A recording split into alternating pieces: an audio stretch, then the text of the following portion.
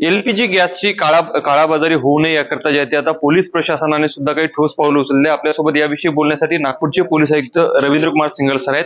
Sir, काय सांगाल, गॅसचा तुटवडा जे आहे ते तुटवड्या संदर्भात वेगवेगळ्या बातम्या ज्या आहेत ते प्रसारित होत आहे. कशा पद्धतीने जे आहे ते पोलीस प्रशासनाची यावर आता नजर असणार? आमची जी आहे कालपासूनच आमची पेट्रोलिंग चालू आहे. माहिती आपण काढतो आहे. आमची टीम जे पोलीस स्टेशन लेवलवर ते आणि तसेच पॅरलली आमचे जे क्राईम ब्रांच आहे ते सगळे काम करत आहे या विषयावर. आणि डिस्ट्रिक्ट सप्लाई ऑफिसर आहे त्यांच्याकडून जी माहिती मिळते ती माहिती घेऊन आपण तेही चेक करतो आहे. त्यांनी जर अजून काही माहिती आम्हाला दिली किंवा त्यांना कुठेही गरज पडली पोलिसांची ते आपण त्यांच्या सोबत आहे. तसेच बाकीचे जे विषय जसं काही वेळेस लोक र्युमर्स पसरवतात तर तेही आपण त्याच्यावरही वाच ठेवून आहोत. सोशल मीडिया मॉनिटरिंग सेल जो आपला आहे त्याला एक वेगळी सूचना दिलेली आहे की त्यांनी कसे याच्यावर वाच ठेवायचे आहे.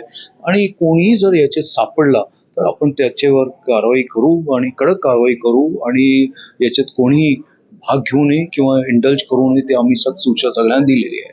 सर, या पद्धतीने साठा जे आहे ते रात्रीच्या वेळी सुद्धा वाहतुकीच्या माध्यमातून जे आहे ते अवैधपणे कुठेतरी साठवणूक केली होती, तर रात्रीच्या वेळी सुद्धा पेट्रोलिंग जे ते पोलिसांची असणार आहे का, यावर वॉच असेल? अगदी बरोबर आहे. तर 24 तास आमची पेट्रोलिंग असतात. सगळ्यांना तशी सूचना दिलेली आहे. कोणीही किती वेळेस कुठेही जर दिसला याच्यात मिळून तर ते आपण त्याच्यावर कारवाई करणार आहे. सर, शेवटचा प्रश्न, काही पथक नेमणूक करण्यात आलेली आहे का, आणि कुठे जाऊन हे पथक जे आहे ते पाहणी वगैरे करतील आणि तुम्हाला काय ते सिटीमध्ये जे आहे आमची जे पेट्रोलिंगसाठी वेगळी यंत्रणा आहे.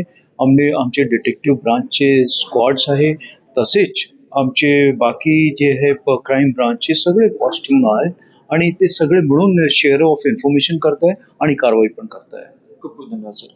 लोकशाही मराठी करता मी ज्ञानेश्वर पवार, नागपूर. लोकशाही मराठी ऐका, पहा, जागरूक रहा.